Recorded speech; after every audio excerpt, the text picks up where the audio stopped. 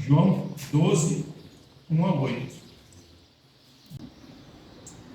Foi, pois, Jesus 6 dias antes da Páscoa a Betânia, onde estava Lázaro, o que falecera, e a quem ressuscitara dentre os mortos. Fizeram-lhe, pois, ali uma ceia, e Marta servia, e Lázaro era um dos que estavam à mesa com ele. Então Maria, tomando uma rátel de unguento de nardo puro, de muito preço, ungiu os pés de Jesus, e enxugou-lhe os pés com seus cabelos, e encheu-se a casa do cheiro do unguento. Então, um dos seus discípulos, Judas Iscariotes, filho de Simão, o que havia de traí-lo, disse: por que não se vendeu este unguento por 300 dinheiros e não se deu aos pobres? Ora, ele disse isso, não pelo cuidado que tivesse dos pobres, mas porque era ladrão e tinha a bolsa e tirava o que ali se lançava. Disse, pois, Jesus: deixai para o dia da minha sepultura guardou isso, porque os pobres sempre tendes convosco, mas a mim nem sempre tendes. Fé em ação. Essa história dramática, quase que teatral, traz na nossa mente personagens ao redor de uma mesa, e a gente imagina uma mesa como a nossa mesa, né, do meio ocidental, mas as mesas naquele período eram mesas muito rebaixadas, pessoas sentavam quase que inclinadas, quase que deitadas, e elas ficavam com os pés para trás. Então, diferente do que a gente vê em figuras, a gente imagina uma Maria embaixo da mesa, quase que embaixo da mesa, tentando alcançar. Não, na verdade, ela tinha acesso, né? Era mais fácil de alcançar os pés de qualquer pessoa ali ao redor da pessoa, ao redor da mesa. Mas por falta de fotos daquela época, né, ou daquele contexto, a gente vai até usar figuras que nos lembram de contexto atual. Mas os irmãos, entendendo isso, que eles foram em Betânia, a cidade dessa família tão querida por Jesus, Lázaro, Marta e Maria, e chegando em Betânia, entram na casa, e o texto aqui não cita o nome, o que dá a entender é a casa deles, mas se os irmãos olharem em outro contexto, os irmãos vão ver que era a casa de um outro homem, chamado Simão. Se os irmãos olharem nos textos paralelos dos evangelhos sinóticos, Mateus 26, no versículo 6, vai dizer que estando Jesus em Betânia, em casa de Simão o leproso, e Marcos 14, 3, vai falar também que era a casa de Simão o leproso. Então esses textos complementam uns aos outros e colocam peças, dando a figura mais completa, o texto mais rico. E aqui nós podemos ver que eles estavam em Betânia, numa casa, não necessariamente a casa deles, era a casa de Simão o leproso. Alguns dizem que era um homem que provavelmente foi curado por Jesus Cristo, porque se ele fosse leproso, ele não podia estar ali no meio da turma, não podia estar ali em público, eles tinham que ficar reclusos, porque desde o Velho Testamento os leprosos tinham que viver afastados, e quando alguém chegasse, eles falavam impuro, quer dizer, nem chega perto para não te contaminar, basicamente isso. Você vê a situação horrível que um leproso tinha que passar. Mas este homem era um leproso, conhecido por ter sido um leproso. Então muito se fala a respeito de que ele foi um curado de Jesus, e por isso recebeu Jesus também lá. E chegando lá na sua casa, estava ali essa família querida. Muito importante lembrar o que aconteceu anteriormente. Se você veio na escola bíblica, você já sabe disso, né? Você pode lembrar. Mas um outro evento aconteceu, dois eventos grandiosos envolvendo essa família aconteceram antes desse evento que estamos tratando hoje. O primeiro foi o evento de que Jesus Cristo havia ido para Betânia uma vez, e quando Jesus chegou em Betânia, isso é retratado em Lucas capítulo 10, verso 38, Maria ficou aos pés de Jesus, enquanto Marta ficou preparando a casa, a comida, arrumando para receber Jesus. As duas tinham um coração enorme para Jesus, cada uma da sua maneira. E a mais ativista, né, a mais atarefada, Marta, falou para Jesus: olha, pede para ela me ajudar, eu estou aqui fazendo muita coisa. E Jesus não faz, não atende esse pedido de Marta. E ele fala que Maria escolheu a boa parte. Não que errado o que Marta fez, mas foi melhor o que Maria fez. O que Maria fez? Ela parou tudo e sentou para ouvir Jesus, para receber de Jesus a instrução, para ter comunhão com Jesus Cristo. Então, o que Maria nos ensina não é que ela era uma mulher preguiçosa, uma mulher negligente, uma mulher que não cuidava, não era hospitaleira, não é nada disso. Não era uma mulher que não servia, que não agia, nada disso. O texto hoje vai mostrar o contrário, mas é uma mulher que priorizava o que tinha valor, uma mulher que ela ouvia antes de servir. Ela queria ouvir de Jesus, para conhecer Jesus, saber como Jesus pensa, qual é o padrão, qual é o valor de Jesus, para então ela fazer o que Jesus queria. Enquanto que Marta já veio com uma preconcepção, achando o que é receber bem uma pessoa. E ela tinha essa índole, inclusive, ela demandava de outros para ajudá-la. Chegou até a demandar Jesus. Porque na mente dela, se eu quero algo, eu faço. Se eu quero algo bem feito, eu vou fazer. Não vou deixar na mão de ninguém. Então, ela falou, fala para ela me ajudar. Jesus não fez. Então, essa foi a primeira cena, a cena em que Maria adorava Jesus com a sua presença, com o seu tempo. A segunda cena, em João capítulo 11, capítulo anterior ao de hoje, foi quando Lázaro estava doente e Maria e Marta aguardavam a vinda de Jesus, sendo amigo, para poder resolver o problema, para poder curá-lo. Mas Jesus propositalmente atrasa a sua visita. E quando Jesus chega, Lázaro já tinha morrido, já faziam 4 dias.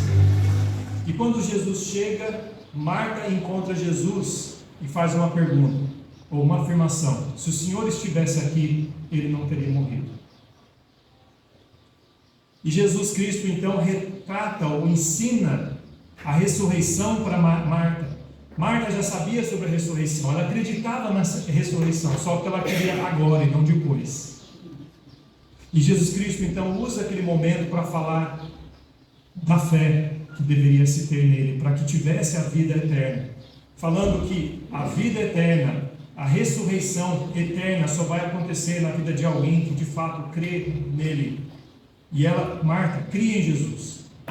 Aí chega para Maria e Maria faz a mesma afirmação para Jesus: se o Senhor estivesse aqui, ele, meu irmão, não teria morrido. Mas diferente de Marta, Maria se chega aos pés de Jesus. Ela se curva, ela se joga, se lança aos pés de Jesus. Então essa é a cena. E Jesus Cristo, então, condoído pela tristeza da separação, porque o homem não foi feito para morrer, o homem é um ser que deveria viver para sempre, mas por causa do pecado o homem se tornou mortal.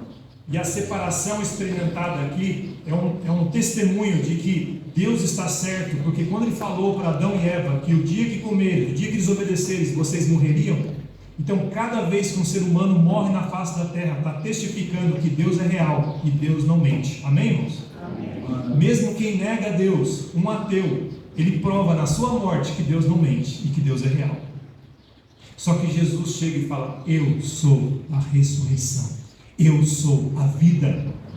Aquele que crê em mim não morrerá, e o que vive e crê em mim nunca morrerá eternamente. Crês tu isto? Ele fala para Marta e Marta crê. E Maria, Jesus não fala isso para ela, mas Jesus Cristo se condói da dor da separação e vê o povo chorando, e Jesus chora. O versículo que para nós em português é o versículo mais curto que tem na nossa Bíblia em português, né? Jesus chorou, que se encontra em...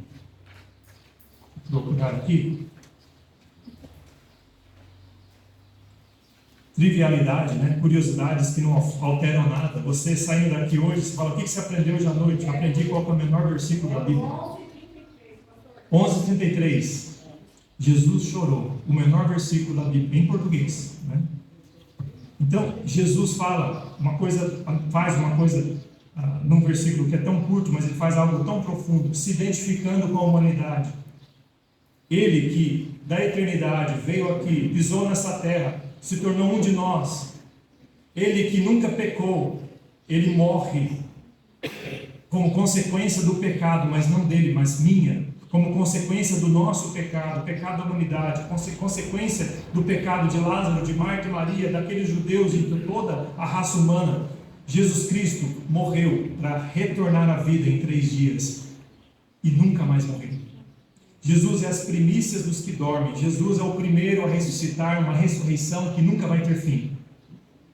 Porque os outros que ele ressuscitou no Novo Testamento e outros que foram ressuscitados no Velho Testamento experimentaram a morte de novo. Eles foram ressurretos simplesmente para provar que Deus tem poder. Mas Jesus Cristo aqui na sua ressurreição ele falou: eu sou o primeiro de uma série que vai acontecer. Aqueles que creem em mim nunca morrerão, como ele nunca vai morrer. Jesus, o nosso Salvador que vivo está. Esta foi a segunda cena.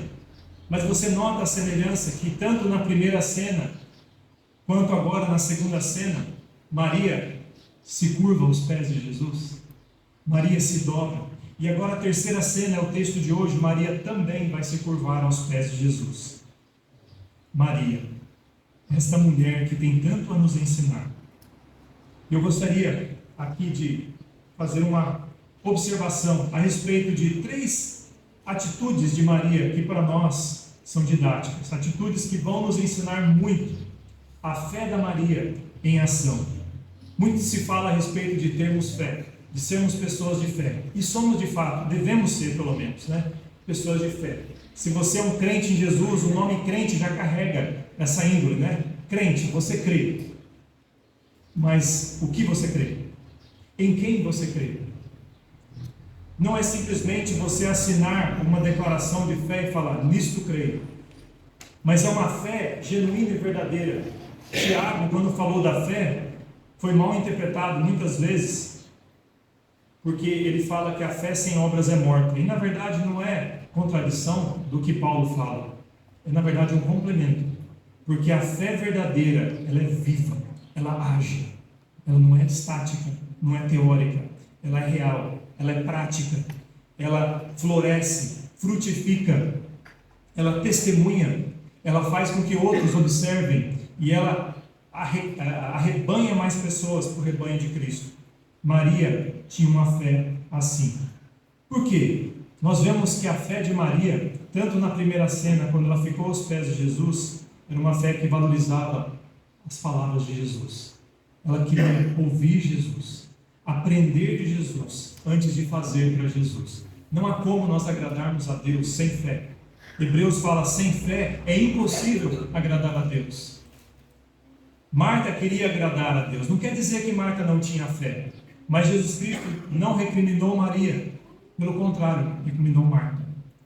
Jesus Cristo falou, ela escolheu a boa parte e não vou tirar dela. Maria, então, ela queria conhecer para poder crer, para poder saber como servir, para saber como obedecer. Então Maria era uma mulher de fé em ação. E o que ela fez? Aqui de uma forma muito clara, diz no versículo 3, tomando um arrátel de unguento de nardo puro, ela pegou esta substância. Maria pegou essa substância, que era um óleo extraído de uma raiz, de uma planta cultivada na Índia. Este óleo, irmãos, era algo que era colecionado ao longo do tempo.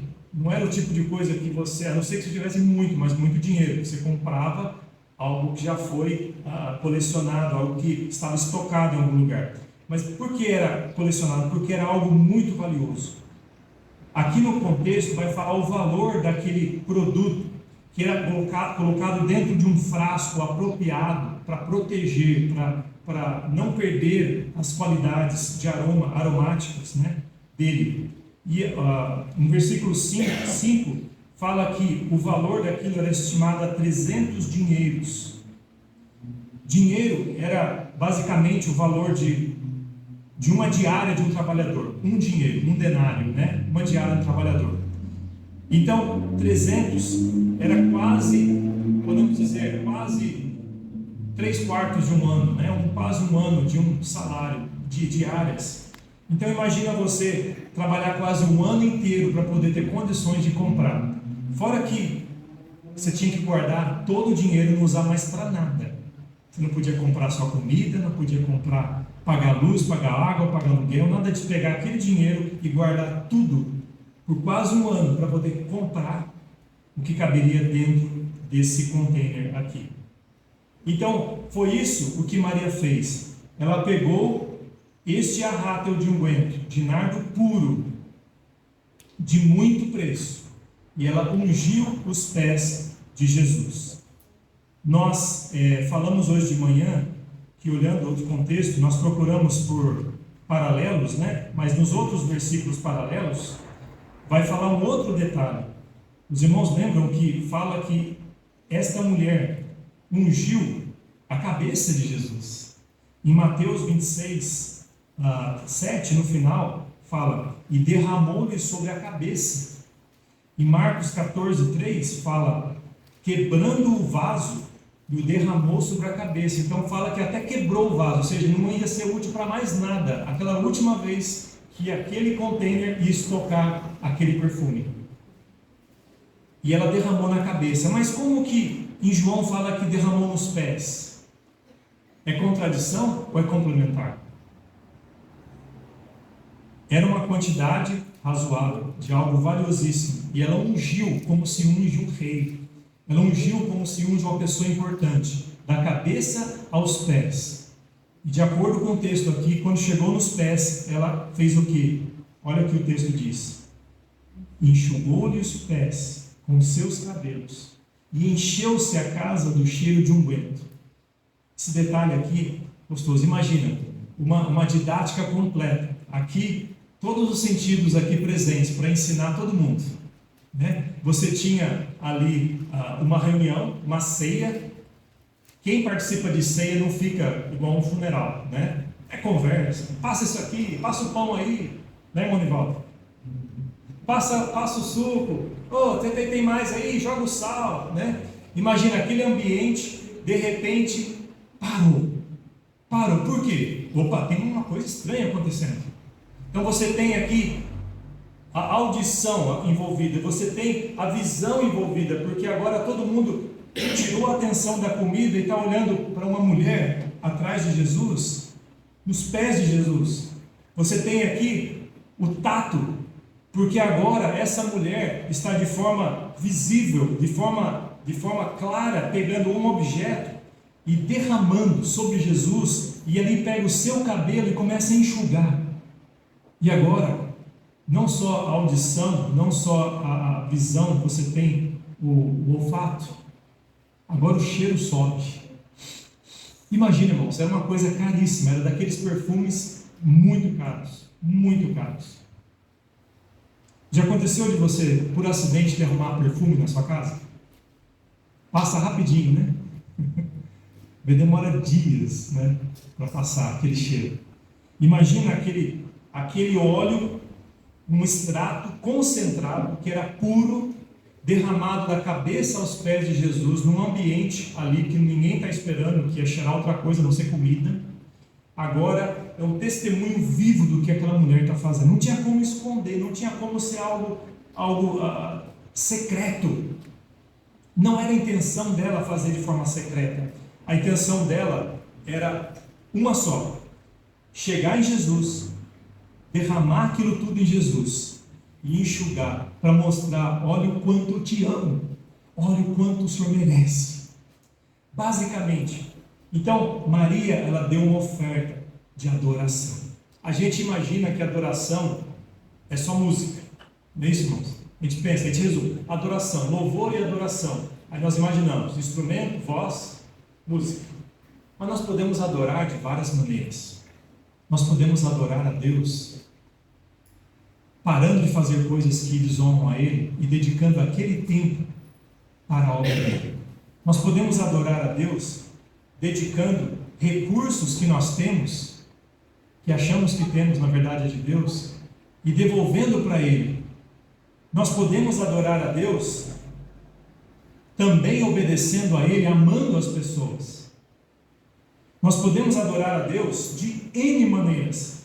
Esta mulher, sem música, sem tocar um instrumento, adorou a Jesus Cristo, de uma forma que todo mundo viu, todo mundo presenciou. todo mundo cheirou. E até hoje essa história é contada, como estamos fazendo aqui. Porque o nome de Cristo foi exaltado. E esta mulher escolheu fazer a coisa certa. Ela ofertou como uma forma de adoração. Ela pegou o melhor para fazer isso. Ela fez um sacrifício por gratidão. E isso vai ser falado na última parte, aqui no versículo 7. Quando Jesus recrimina Judas, mas a gente vai chegar lá. E ele disse assim: para o dia da minha sepultura, guardou isso. Quando as pessoas morriam naquela época, eles tinham uma preparação, havia uma cerimônia, um ritual que era feito para preparar, para embalsamar corpos. E hoje em dia, existem técnicas, substâncias que se usam para preservar um cadáver. Não somente para você enrolar o corpo, mas para você colocar produtos, itens, para que o cheiro, o odor, não venha sobressair de forma tão rápida, né? A putrefação não venha se ressaltar de forma tão gritante. Então, eles tentavam retardar através de outros aromas. Então, eles pegavam perfumes como esse, muito fortes, para poder passar no corpo da pessoa, enrolar, passar, enrolar faixas, para que inibisse um pouco. Quando Lázaro morreu, quanto tempo ele ficou lá, que Marta falou para Jesus, ele deve estar cheirando mal já. Quanto tempo que ele ficou lá?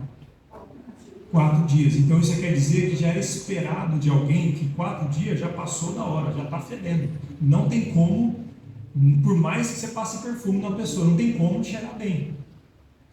E Jesus falou: sai para fora. Isso é o que é um pleonasmo, né? Pleonasmo em português, redundância, né? Como que você vai sair para dentro, né?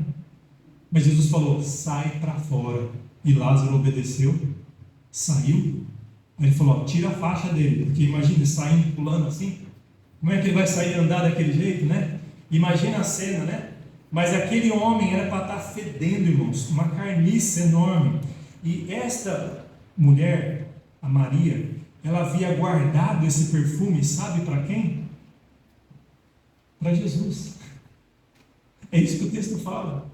Para o dia da minha sepultura, ela guardou isso. E por que ela está usando antes da hora, irmãos? Por que Maria está fazendo isso antes da hora? Aí quando chegar a hora, ela não vai ter. Você já viu aquele ditado? Aproveita enquanto você tem. Porque você vai valorizar na hora que você perdeu. Nós tendemos a não sermos gratos quando nós temos. Na hora que sai, que parte, a gente fala: puxa vida, né? Se eu soubesse. Maria confiava em tudo que Jesus falou e sabia que ela não deveria esperar até o dia que Jesus morresse. Por que ela sabia que Jesus morreria? Porque ele morreria. Mas eu creio que é mais profundo do que isso. Eu creio que ela conhecia como uma judia devota, como alguém que ouvia as palavras de Jesus, que ela absorvia cada palavra de Jesus, que ela entendeu a mensagem. Que Jesus falou: eu vim para morrer. E eu vou morrer por você, pela sua irmã, pelo seu irmão, por todos. Ela entendeu. Então ela já queria reservar aquilo lá para Jesus. Só que ela não se contentou, irmãos. Quando ela viu Jesus, logo após Jesus ressuscitar o seu irmão, que deveria estar morto, mas agora o seu irmão estava na mesa ali, comendo com ele. Já pensou, irmãos? Que cena, que cena. Lázaro, que já deveria estar podre, deteriorando, estava ali, rindo, comendo, passa o sal.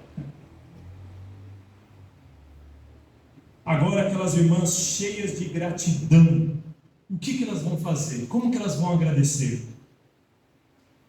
Senhor Jesus, muito obrigado.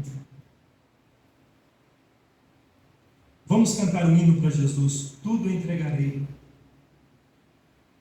Tudo, ó Cristo, a ti entrego. Opa, mas não posso perder a hora. Está demorando demais esse culto. Tudo, Cristo, a ti entrego. Não, mas isso aqui não. Isso aqui é muito. Tudo ao Cristo a ti entrego. Não, mas aí é pedir demais, Senhor. Esse quartinho aqui, deixa que eu cuido. Tudo, ó Cristo, a ti entrego. Ah, Senhor, o Senhor está falando para eu pedir perdão para aquela pessoa. E tem um problema com aquela pessoa. Deixa que o tempo resolva. E a palavra de Cristo fala: resolva agora. Não, Senhor, aí não. Tudo, Cristo, a ti entrego. Como que nós vamos saber o que agrada a Jesus? Você tem que ouvir Jesus. A palavra de Jesus.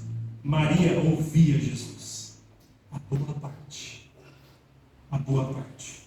Que quando chegou a hora, ela não tinha dúvida nenhuma, ela tinha toda a certeza: é hora de eu fazer o melhor para Jesus. Tudo a Cristo a ti entrego. Ela pegou aquele presente para o dia da morte de Jesus e falou: eu não vou pensar duas vezes. Pegou ali, foi lá naquele jantar, naquela ceia.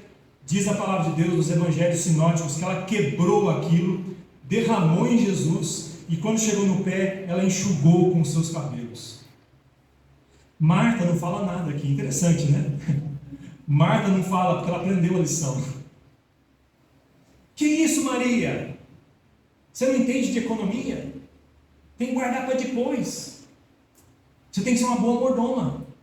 Um bom mordomo, né? Mordoma, né? Você tem que guardar para o dia de amanhã. Ela não falou nada. Interessante, nesse texto Marta ficou calada. Mas quem que fala aqui? Coloquei em azul. Judas. Então um dos seus discípulos, Judas Iscariotes, filho de Simão, o que havia de traí-lo, olha para você ver. Não tem nem como esconder, né? Porque o próprio texto, a própria narrativa fala, é aquele um.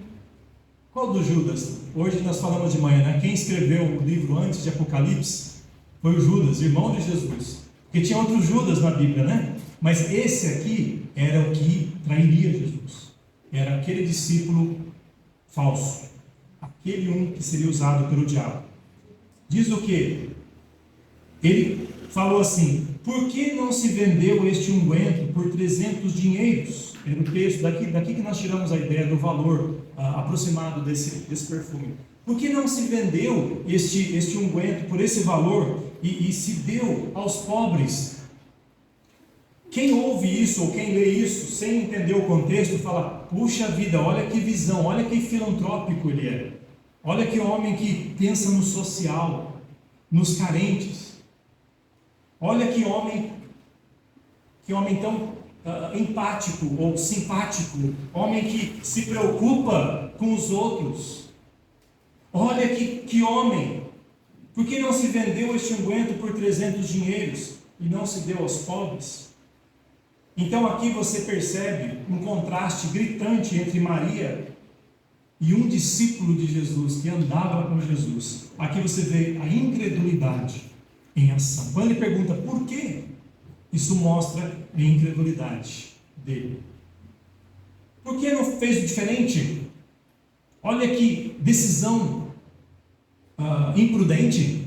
Olha que coisa errada. Olha que escolha absurda. Por que não se pegou esse dinheiro e fez outra coisa? Não ajudou quem precisa? Com isso ele quer dizer o quê? Jesus não precisa. Tem coisa mais importante para fazer com isso. Tem pobres aí, tadinhos, estão lá mendigando, não tem o que comer, estão doentes, cheios de ferida. Por que não ajudou essas pessoas? Mas a palavra de Deus é maravilhosa.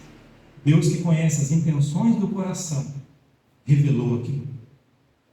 Ora, ele disse isso não pelo cuidado que tivesse dos pobres, mas porque era ladrão e tinha uma bolsa e tirava o que ali se lançava. Então o motivo não era para ajudar, era para se ajudar. O motivo era não agregar, mas subtrair. O motivo era esse. Judas, ele expressa a sua indignação, enquanto Maria oferta de forma de adoração. Maria oferta por adoração.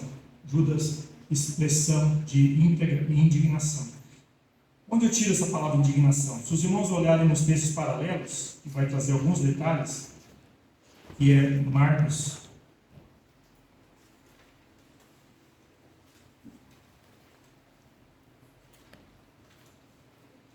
Os textos que temos aqui, irmãos, é Mateus 26 e o outro é Marcos 14. Em Mateus 26, no versículo 8, diz assim, alguns detalhes muito interessantes. Depois que Maria derramou o perfume em Jesus, olha aqui, ó. E os seus discípulos, vendo isso, indignaram-se, dizendo, por que é este desperdício? Então aqui não fala o nome de Judas, interessante, fala os seus discípulos, falando de um modo geral, dá a entender que todos eles, não é isso? Se indignaram. Agora olhe Marcos, capítulo 14, versículo 4. E alguns houve que em si mesmos se indignaram e disseram, para que se fez este desperdício de unguento? Mas João fala que foi Judas. Então, como resolver essa aparente contradição? Nós falamos de manhã sobre isso, né? Imagina aqui numa assembleia, nós vamos tomar uma decisão.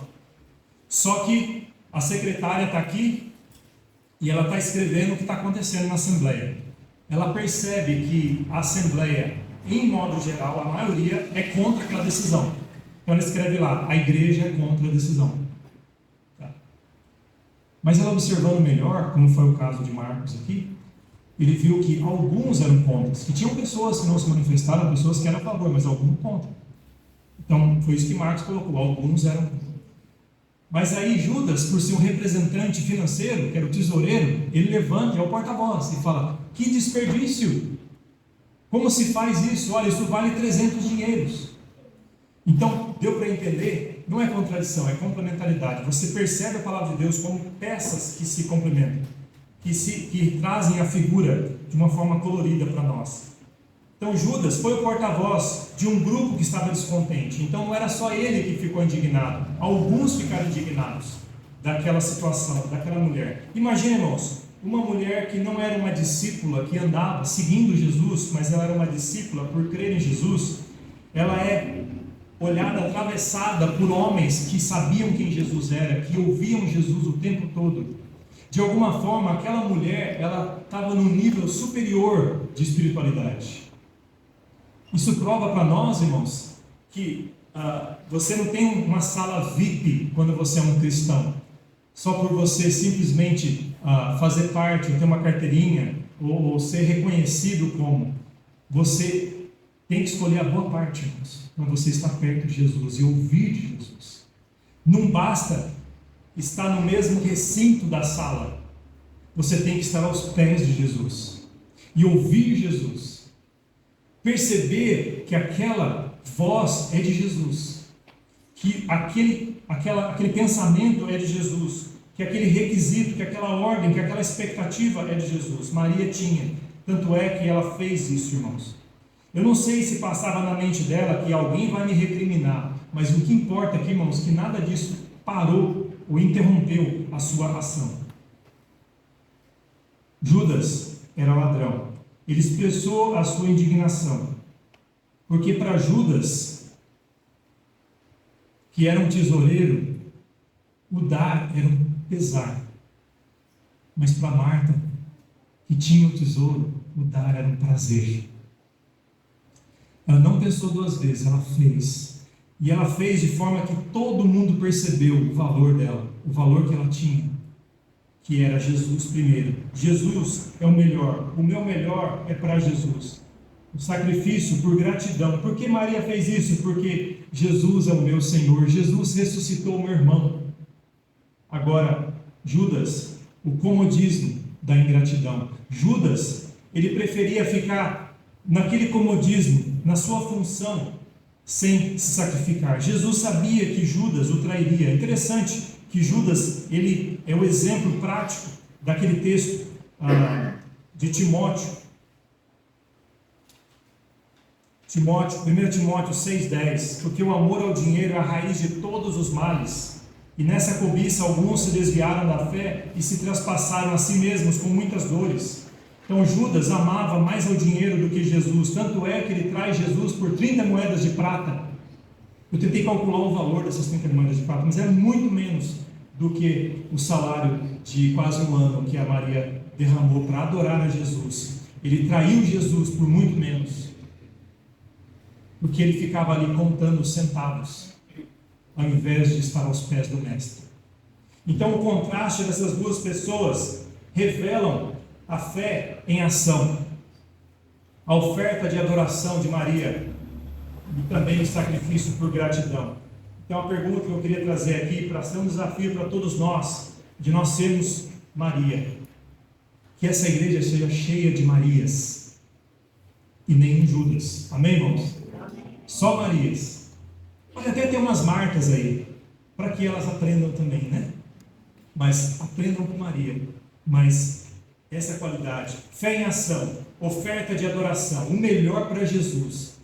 Não quer dizer, irmãos, que essas igrejas que ficam aí pedindo coisas para si, na verdade, para o benefício do pastor ou para levantar o nome da denominação, sei lá o que for, você se sacrifica, você morre por isso, e é para Jesus que está fazendo. Eu acho que é por isso que muitas pessoas têm receio de ser generoso, por causa de maus exemplos assim. Mas interessante que Maria, ela não parou por causa de maus exemplos ou por causa de crítica. Ela fez para Jesus. E não estava preocupada com nada. Ela fez para Jesus. Então que sejamos, irmãos, pessoas iguais a Maria, que ofertam o melhor para Jesus. É para Jesus, não é para ninguém mais. E Jesus primeiro. Enquanto Judas, quando viu uma oferta, ele falou: é muito, é muito. Isso não. Não precisa. Jesus não precisa disso. É claro que ele não precisa, irmão. Ele é dono do ouro e da prata. Ele não precisa. Não precisa de um centavo nosso, irmãos. Mas ele não recriminou Maria quando ela deu o melhor. Ele falou: ela está fazendo isso para o dia do meu sepultamento. E ela quer fazer isso agora. Eu recebo isso como um aroma agradável para mim. Você quer agradar a Jesus? Ah, pastor, eu não tenho um perfume caro para agradar a Jesus. Não é isso que nós estamos falando, irmãos. Hoje de manhã nós falamos: Jesus se preocupa não com os zeros antes da vírgula, com os dígitos antes da vírgula, mas com o coração antes dos dígitos. Como está o seu coração? Seu coração é como o de Maria? Judas parecia um homem preocupado com as outras pessoas. Os outros primeiro. Jesus pode esperar. Os outros primeiro. Esse outros quer dizer os pobres, mas na verdade não são os pobres. Sou eu primeiro. E Maria pegou aquele dinheiro, tudo, quebrou o vaso, nem podia juntar mais, irmãos. Ela quebrou o vaso e falou: ó, o Senhor merece. Diferente visão. Que nosso coração seja moldado para fazer para a honra e glória do Senhor. Amém, irmãos?